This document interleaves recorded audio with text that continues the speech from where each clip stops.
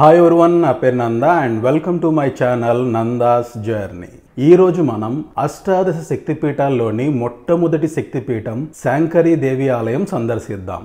ఈ వీడియోలో శ్రీలంక రాజధాని కొలంబో నుంచి ట్రైన్లో ట్రింకోమలీ చేరుకుంటాం. ట్రింకోమలీలో శక్తిపీఠంతో పాటు సందర్శించవలసిన మిగతా ప్రదేశాలేంటి, ఎక్కడ స్టే చేయాలి, ఇక్కడ లోకల్ ఫుడ్ ఎలా ఉంటుంది, ఇలా పూర్తి సమాచారం 1 by 1 తెలుసుకుందాం. నేను నిగాంబో నుంచి కొలంబో చేరుకున్నాను. కొలంబోలో కొన్ని ప్రదేశాలు కవర్ చేశాను. శ్రీలంకలోని అన్ని ప్రదేశాలు కవర్ చేసి చివరి రోజు మళ్ళీ కొలంబో చేరుకుంటాను. అప్పుడు మిగతా ప్రదేశాలు కవర్ చేస్తాను. ఈ రోజు ఉదయం 6:05 కొలంబో నుంచి ట్రింకోమలీ వెళ్ళడానికి ట్రైన్ ఉంది. పిక్మీ యాప్ లో ఆటో బుక్ చేసుకుని రైల్వే స్టేషన్ దగ్గరికి వెళ్తున్నాను. ఇదే కొలంబో ఫోర్ట్ రైల్వే స్టేషన్. బయట నుంచి చూడటానికి బ్రిటిష్ కాలం నాటి రైల్వే స్టేషన్ అనిపిస్తుంది కదా. దీన్ని 150 ఏళ్ల క్రితం బ్రిటిష్ వాళ్ళు నిర్మించారు. రండి స్టేషన్ లోపలికి వెళ్దాం.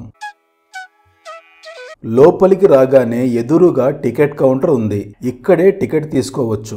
నేను ఆన్లైన్లో టికెట్ బుక్ చేసుకున్నాను. ఆన్లైన్లో శ్రీలంక రైల్వే టికెట్స్ ఎలా బుక్ చేసుకోవాలో ఫుల్ టూర్ ప్లాన్లో వివరిస్తాను. ఇప్పుడు సమయం 5:30 అయింది. మన ట్రైన్ 6:05 ఉంటుంది. ఇక్కడ స్క్రీన్ పైన గమనిస్తే ట్రైన్ పేరు గాని నెంబర్ గాని లేదు. కేవలం ట్రైన్ ఎక్కడికి వెళ్తుంది అంటే లాస్ట్ స్టేషన్ పేరు మాత్రమే ఉంది. అది English, Sri Lanka local language Sinhala మరియు తమిళ్ లాంగ్వేజెస్ లో ఉంది. మనం ట్రింకోమలీ వెళ్ళాలి. మన ట్రైన్ 6:05 ఉంది. దాన్ని బట్టి చూస్తే ప్లాట్ఫామ్ నెంబర్ 4. తెలియకపోతే ఇక్కడ రైల్వే వాళ్ళు అడిగితే చెబుతున్నారు, డోంట్ వరీ. లోపలికి రాగానే రైల్వే స్టేషన్ ఇలా ఉంది. చూడటానికి ఎగ్మూర్ రైల్వే స్టేషన్ లా ఉంది. Old architecture.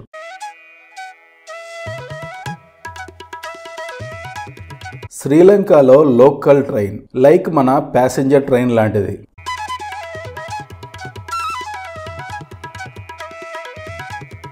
ఇప్పుడు సమయం 5:50 అయింది. మనం వెళ్ళబోయే ట్రైన్ వస్తుంది. ముందు నుంచి చూడటానికి మెట్రో ట్రైన్ లా ఉంది. ఇది సెకండ్ క్లాస్ బోగి. దీనికి రిజర్వేషన్ లేదు. ట్రైన్ ఇక్కడి నుంచే స్టార్ట్ అవుతుంది కాబట్టి సీట్లు ఖాళీగానే ఉన్నాయి. రిజర్వేషన్ లేకున్నా సీట్లు దొరకొచ్చు. ఇది ఫస్ట్ క్లాస్ బోగి. సీటింగ్ బాగుంది. ఇందులో ఏసీ కూడా ఉంది. ఇప్పుడే మన ట్రైన్ మొదలైంది. అలా కొంచెం ముందుకు ప్రయాణించగానే పెద్ద ఆలయం కనిపించింది. ఇది కైల వసంతన్ ఆలయం. కొలంబోలోని పురాతన శివాలయంగా చెబుతున్నారు.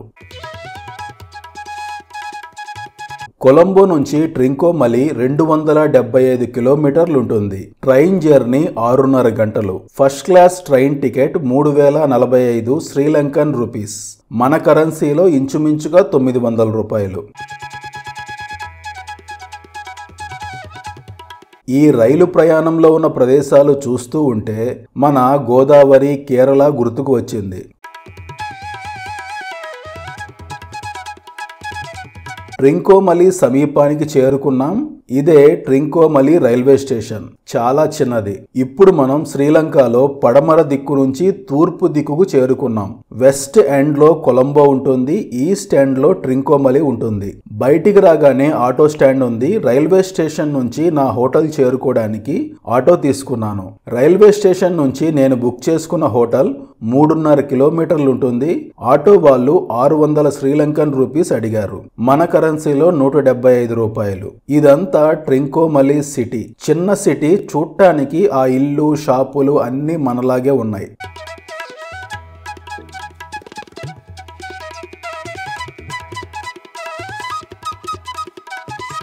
ఇదే నేను బుక్ చేసుకున్న హోటల్, డాట్స్ బే బీచ్ కబానా. ఈ రూమ్ నాకు మన కరెన్సీలో 1600 రూపాయలు పడింది. ఇది బాత్రూమ్. శ్రీలంకలో ఇలాంటి చిన్న వాటర్ హీటర్స్ ఉన్నాయి. దీన్ని మనం ముందే ఆన్ చేసుకోవాల్సిన అవసరం లేదు. స్నానం చేసేటప్పుడు ఆన్ చేసుకుంటే చాలు. ఇక్కడ మనం టెంపరేచర్ అడ్జస్ట్ చేసుకోవచ్చు. మనకు కావాల్సిన టెంపరేచర్ పెట్టుకొని స్నానం చేయొచ్చు. ఈ హోటల్ వాళ్ళదే దగ్గరలో రెస్టారెంట్ ఉంది. రండి శ్రీలంకలో భోజనం ఎలా ఉంటుందో చూపిస్తాను. ఇంటి పైన ఇలా అరేంజ్ చేశారు. వీళ్ళు మనలాగే రైస్, కర్రీ తింటారు. ఇక్కడ మనకి వెజిటేబుల్, ఫిష్, బీఫ్, చికెన్ ఇలా చాలా ఆప్షన్స్ ఉన్నాయి. నేను ఆలయ దర్శనానికి వెళ్తున్నాను కాబట్టి వెజిటేబుల్ తీసుకున్నాను. ఇది శ్రీలంక వెజిటేరియన్ భోజనం. మధ్యలో కప్పు రైస్, చిక్కుడుగాయ, ఆలూ కర్రీ, ఆకుకూర తాలింపు, soya chops curry. Curries change అవుతూ ఉంటాయి, ఇవే ఉండవు. ఏదో ఒక 3-4 వెజిటేబుల్ కర్రీస్ ఇస్తారు. ఇక్కడ రైస్ వేరేగా ఉంటుంది, మన రైస్ లా ఉండదు. ప్రైస్ 1200 శ్రీలంకన్ రూపీస్, మన కరెన్సీలో 350 రూపాయలు. బీచ్ దగ్గర కాబట్టి కాస్ట్ ఎక్కువగా ఉంది. మన కరెన్సీలో 200 రూపాయలకే రైస్ కర్రీ లభిస్తుంది. లంచ్ చేసి కొంత సమయం రెస్ట్ తీసుకొని మధ్యాహ్నం 3:40 ఆలయ దర్శనానికి వెళ్తున్నాను. నేను రైల్వే స్టేషన్ లో ఆటో తీసుకున్నాను కదా, తనతోనే ఇప్పుడు మీకు చూపించబోయే ఆలయాలన్నీ దర్శించి తిరిగి మళ్ళీ హోటల్ దగ్గర డ్రాప్ చేయడానికి ఆటో మాట్లాడుకున్నాను. ఆటో అతను 3000 శ్రీలంకన్ రూపీస్ అడిగాడు. మన కరెన్సీలో 880 రూపాయలు. ముందుగా మనం కన్నియా హాట్ స్ప్రింగ్స్ దగ్గరకు వెళ్దాం. నా హోటల్ నుంచి కన్నియా హాట్ స్ప్రింగ్స్ 8 కిలోమీటర్లు ఉంటుంది. శాంకరీ దేవి ఆలయం నుంచి 11 కిలోమీటర్లు ఉంటుంది. వెళ్లే మార్గం పచ్చని వరి పొలాలతో చాలా బాగుంది. హాట్ స్ప్రింగ్ సమీపానికి చేరుకున్నాం. ఇక్కడ నుంచి మనం ఒక 200 మీటర్లు ముందుకు నడుచుకుంటూ వెళ్ళాలి. ఈ మార్గానికి 2 వైపులా చిన్నపిల్లల బొమ్మలు, కొన్ని రకాల స్వీట్లు అమ్ముతున్నారు. ఇది ఎంట్రన్స్ ఆర్చ్, కన్నియా హాట్ వెల్. చుట్టూ ఉన్న పరిసరాలను క్లీన్ గా గ్రీనరీతో బాగా మెయింటైన్ చేస్తున్నారు. అలా ముందుకు వస్తే కుడివైపు టికెట్ కౌంటర్ ఉంది. ఫారినర్స్ టికెట్ తీసుకోవాలి, లోకల్ పీపుల్ కి ఫ్రీ. టికెట్ 100 రూపాయలు, మన కరెన్సీలో 30 రూపాయలు. ఆ ఎదురుగా కనిపిస్తున్నదే కన్నియా హాట్ వాటర్ స్ప్రింగ్. ఈ ప్రదేశంలో చుట్టుపక్కల ఉన్న హిందువులు పితృకర్మలు చేసుకుంటారు. ఈ స్థల పురాణం ఏంటంటే, రావణాసురుని తల్లి మహాశివుని భక్తురాలు. ప్రస్తుతం ఉన్న తిరుకోనేశ్వరం ఆలయంలో మహాశివుణ్ణి నిత్యం ప్రార్థిస్తూ ఉండేది. ఒకసారి తాను తీవ్రమైన అనారోగ్యంతో మంచాన పడింది. దీంతో రావణాసురుడు మహాశివునిపై కోపించి తిరుకోనేశ్వరం పర్వతం మొత్తాన్ని పెకలించాలని చూడటంతో మహాశివుడు రావణుడి కత్తిని కింద పడేటట్టు చేశాడు. దానితో పర్వతంలోని ఆ ముక్క విడిపోయింది. ఇలా ఈ మ్యాప్ ని గమనిస్తే మీకు అర్థమవుతుంది. ఈ విషయం తెలుసుకున్న తన తల్లి దుఃఖానికి లోనై మరింత ఆరోగ్యం క్షీణించింది. ఆ విషయం తెలుసుకొని రావణుడు తల్లి దగ్గరకు వచ్చే సమయానికి తాను మరణించింది. తన తల్లి కర్మలు చేయడానికి రావణుడు ఈ ప్రదేశంలో 7 సార్లు తన కత్తితో భూమిలో దించడంతో ఈ హాట్ వాటర్ స్ప్రింగ్స్ ఏర్పడ్డాయని స్థానిక జానపద కథనం. అందుకే ఈ ప్రదేశంలో హిందువులు పితృకర్మలు జరిపిస్తారు. ఈ ప్రదేశాన్ని చాలా క్లీన్ గా మెయింటైన్ చేస్తున్నారు. ఈ బావుల లోతు కేవలం 3 నుంచి 4 అడుగులు మాత్రమే ఉంది. నీరు మరీ వేడిగా లేవు, మనం తాకగలిగిన, స్నానం చేయగలిగిన వేడిలోనే ఉన్నాయి. నీళ్లు ఎంత క్లియర్ గా ఉన్నాయో చూడండి, అడుగు భాగం కూడా కనిపిస్తుంది. ఈ బావుల్లో స్నానం చేసే వాళ్ళు డ్రెస్ చేంజ్ చేసుకోవడానికి పక్కనే డ్రెస్ చేంజింగ్ రూమ్స్ ఉన్నాయి. నేను స్నానం చేయలేదు, 7 బావుల్లో నీటిని తలపై చల్లుకున్నాను. రండి ఇప్పుడు మనం శాంకరీదేవి శక్తిపీఠం ఉన్న తిరుక్కోనేశ్వరం సందర్శిద్దాం. కన్నియా హాట్ వాటర్ స్ప్రింగ్ నుంచి శాంకరీదేవి ఆలయం 11 కిలోమీటర్లు ఉంటుంది. ఇక్కడ శాంకరీదేవి ఆలయం అంటే చాలా మందికి తెలియదు, తమిళ వాళ్ళకు మాత్రమే తెలుస్తుంది. తిరుక్కోనేశ్వరం అంటే అందరికీ తెలుస్తుంది. తిరుక్కోనేశ్వర ఆలయం పోర్చుగీస్ కోటలో ఉంటుంది. ఆ కోటని ఫోర్ట్ ఫెడరిక్ అని పిలుస్తారు. ఇది ట్రింకోమలి పోర్ట్ ఏరియా. ఇది ట్రింకోమలి బీచ్. దర్శనం తర్వాత కొంతసేపు రిలాక్స్ అవ్వాలనుకుంటే బీచ్ లో రిలాక్స్ అవ్వచ్చు. ఫోర్టుకు ముందు బుద్ధిస్ట్ పగోడా ఉంది. ఇక్కడ మీకు కనిపిస్తున్నవి కోట గోడలు. ఇదే పోర్చుగీస్ కోట ఎంట్రన్స్. కోట లోపల త్రికూటేశ్వర ఆలయం ఉంది. కోటకు ఎదురుగానే ట్రింకోమలి బీచ్.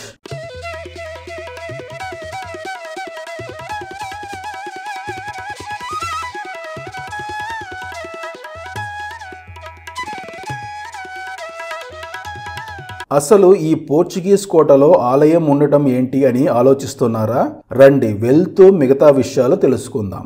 ఈ ట్రింకోమలి ఆ కాలంలో పోర్ట్ సిటీ. ట్రింకోమలి ఓడరేవు నుంచే పోర్చుగీస్ వాళ్ళు శ్రీలంకని ఆక్రమించుకున్నారు. శాంకరీదేవి శక్తిపీఠం మరియు త్రికూటేశ్వర ఆలయాన్ని పోర్చుగీస్ వాళ్ళు ధ్వంసం చేసి కోటను నిర్మించుకున్నారు. ఇప్పటికీ మనం ఆలయ శిథిలాలు చూడొచ్చు. పోర్చుగీస్ వాళ్ళు, బ్రిటిష్ వాళ్ళు శ్రీలంకని వదిలి వెళ్లిన తర్వాత శ్రీలంకలోని తమిళులు ఈ ఆలయాన్ని పునర్నిర్మించారు. ఈ ఆలయాన్ని పునర్నిర్మించడం కోసం శ్రీలంకలోని తమిళులు 450 ఏళ్లు సమయం కోసం వేచి చూస్తూ ఉన్నారు. ప్రపంచంలోనే సనాతన నాగరికతలన్నీ అంతరించిపోయినా కేవలం భారతదేశంలో మాత్రమే సనాతన నాగరికత నిలిచి ఉండడానికి కారణం ఆలయాలు పునర్నిర్మించుకోవడం వల్లే సాధ్యమైంది. ఆటోలు ఇక్కడి వరకే వస్తాయి. ఇక్కడి నుంచి మనం ఒక 100 లేదా 200 మీటర్లు నడవాల్సి ఉంటుంది. ఇక్కడ జింకలు ఉన్నాయి. ఇవి చూడండి, మనల్ని చూసి దూరంగా వెళ్లిపోవటం అలా చేయట్లేదు, అలాగే ఉన్నాయి. ఈ మర్రి చెట్టు దగ్గర శాంకరీదేవి ఫోటో పెట్టారు. ఇక్కడ నెమలి కూడా ఉంది, అది కూడా చూడండి అలాగే ఉంది. So beautiful. ఈ మార్గంలో రెండు వైపులా మన ఆలయాల్లాగే చిన్నపిల్లల బొమ్మలు, టోపీలు, కొన్ని రకాల స్వీట్లు ఉన్నాయి. జస్ట్ ఒక 200 మీటర్లు నడవాల్సి ఉంటుంది. అలా ముందుకు రాగానే చెప్పుల స్టాండ్ ఉంది, యూస్ చేసుకోండి. చెప్పుల స్టాండ్ నుంచి అలా ముందుకు వచ్చి కుడివైపు చూడగానే అద్భుతమైన శిల్పాలు కనిపించాయి. శివ ఫ్యామిలీ. రండి ఇంకా ముందుకు వెళ్దాం. అలా ముందుకు నడుచుకుంటూ రాగానే అద్భుతమైన మహాశివుని శిల్పం కనిపించింది. ఎంత ఆకర్షణీయంగా ఉందో చూడండి. ఎవరు చేశారో కానీ చాలా అద్భుతంగా తీర్చిదిద్దారు.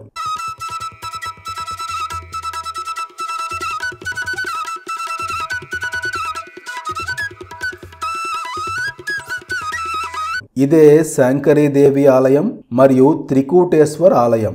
450 ఏళ్ల క్రితం 1000 స్తంభాల మండపంతో ఈ ప్రదేశంలో అద్భుతమైన ఆలయం ఉండేది. ఇప్పుడు కేవలం ఒక స్తంభం మాత్రమే మిగిలి ఉంది. ఆ కాలంలో శక్తిపీఠం మరియు శివాలయం విడివిడిగా ఉండేవి. ఆ ఆలయానికి చోళులు, పాండ్యులు, పల్లవులు మరియు ఇతర రాజులు అభివృద్ధి చేసినట్లు, దాన ధర్మాలు చేసినట్లుగా శిలా శాసనాలు కూడా ఉన్నాయి. ఈ ఆలయం మహాశివుని 275 పాదల్పేట్ర స్థలాలలో ఒకటి. అష్టాదశ శక్తిపీఠాల్లోని మొదటి శక్తిపీఠం.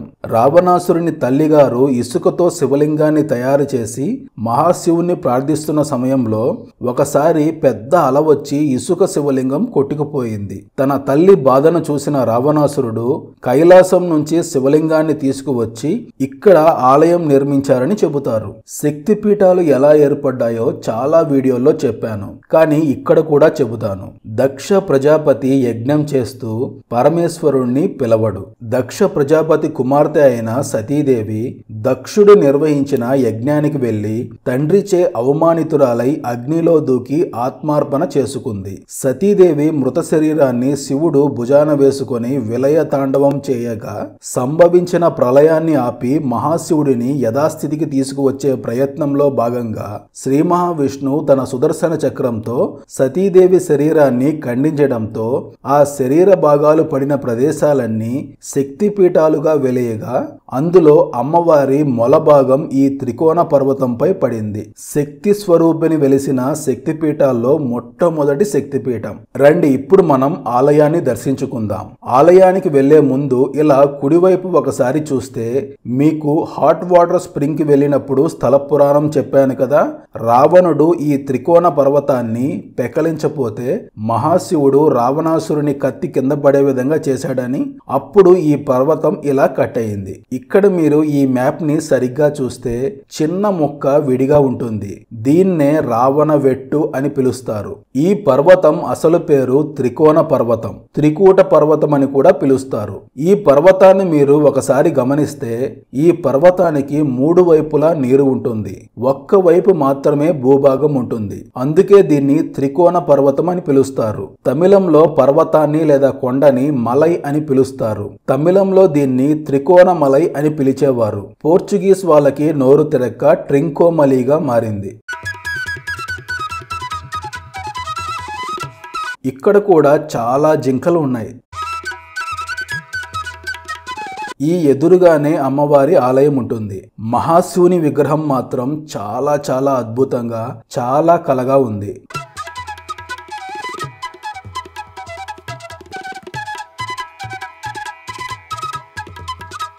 అలా ముందుకు రాగానే శివలింగం, నంది దర్శనమిచ్చారు. అక్కడి నుంచి మనం కొంచెం ముందుకు వెళితే ఆలయ ప్రవేశ ద్వారం ఉంది. ఆలయ ప్రవేశ ద్వారానికి ముందు కుడివైపు ఎదురుగా చిన్న మార్గం ఉంది. ఇక్కడి నుంచి లోపలికి వెళ్ళి మనం అటువైపు నుంచి తిరిగి రావచ్చు. రండి, ఇక్కడ ఏముందో చూద్దాం. ఇలా లోపలికి రాగానే చిన్న గుహలా ఉంది. అందులో లింగోద్భవ లింగం ఉంది. ఇంకా కిందకి రాగానే ఎదురుగా రావణాసురుడు దర్శనమిచ్చారు.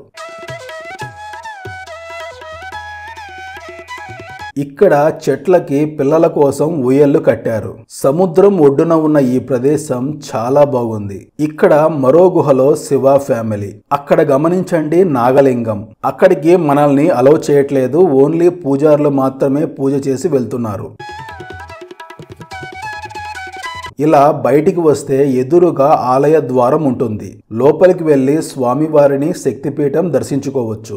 లోపల వీడియో తీయకూడదు. నేను వెళ్లిన సమయంలో మేళతాళాలతో స్వామివారికి పూజ చేసి హారతి ఇచ్చారు. ఒకవేళ మీరు వచ్చినప్పుడు వీలైతే 5 గంటల కల్లా ఈ ఆలయానికి వచ్చే విధంగా ప్లాన్ చేసుకోండి. అద్భుతమైన దర్శనం లభిస్తుంది. ఆ తరువాత శాంకరీదేవిని దర్శించుకున్నాను. అదే సమయంలో అమ్మవారికి కూడా పూజ చేసి హారతి ఇచ్చారు. లోపల వీడియోలు తీయకూడదు. చాలా బాగా దర్శనం జరిగింది. కాకపోతే విభూతి దొరకలేదు. ఒక్కసారి ఈ ఆలయానికి ఎదురుగా ఉన్న చిన్న కొండపై చూడండి. పురాతన స్తంభం కనిపిస్తుంది కదా. ప్రస్తుతం పురాతన ఆలయానికి సాక్ష్యంగా నిలిచేది ఈ ఒక్క స్తంభమే. ఇంతటితో మన శాంకరీదేవి త్రికోణేశ్వర స్వామి ఆలయ దర్శనం పూర్తయింది. రండి, ఇప్పుడు మనం భద్రకాళి ఆలయం దర్శిద్దాం.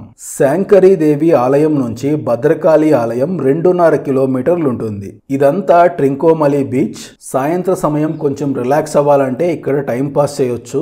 కానీ నేను జనవరి నెలలో వచ్చాను. సాయంత్రం 5-5:30 కల్లా ఇక్కడ చీకటి పడిపోతుంది. అందుకే ఇక్కడ ఆగకుండా డైరెక్ట్ గా భద్రకాళి ఆలయానికి వెళ్తున్నాను. మన హోటల్ సమీపంలో మెయిన్ బీచ్ ఉంది, తర్వాత చూపిస్తాను. ఇదే భద్రకాళి ఆలయం. ఈ ఆలయం సిటీ సెంటర్ లో ఉంది. ఈ ఆలయం వెనుకే ట్రింకోమలి బస్టాండ్ ఉంటుంది. రండి లోపలికి వెళ్దాం. ఈ ఆలయాన్ని 11వ శతాబ్దంలో చోళరాజు నిర్మించారట. అప్పుడు ఆలయం చిన్నదిగా ఉండేది. తరువాత కాలంలో దీన్ని రీకన్స్ట్రక్ట్ చేశారు. లోపల ఈ సీలింగ్ చూడండి, డిఫరెంట్ గా ఉంది.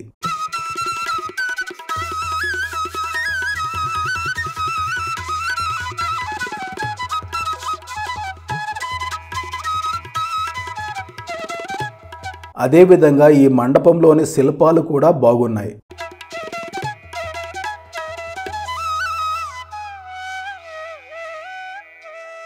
అమ్మవారి దర్శనం అయింది. ఇంతటితో మన ఆలయాల దర్శనం పూర్తయింది. నేను హోటల్ చేరుకునే సమయానికి చీకటి పడింది. ట్రింకోమలి బీచెస్ చాలా ఫేమస్. రేపు పొద్దున చూపిస్తాను.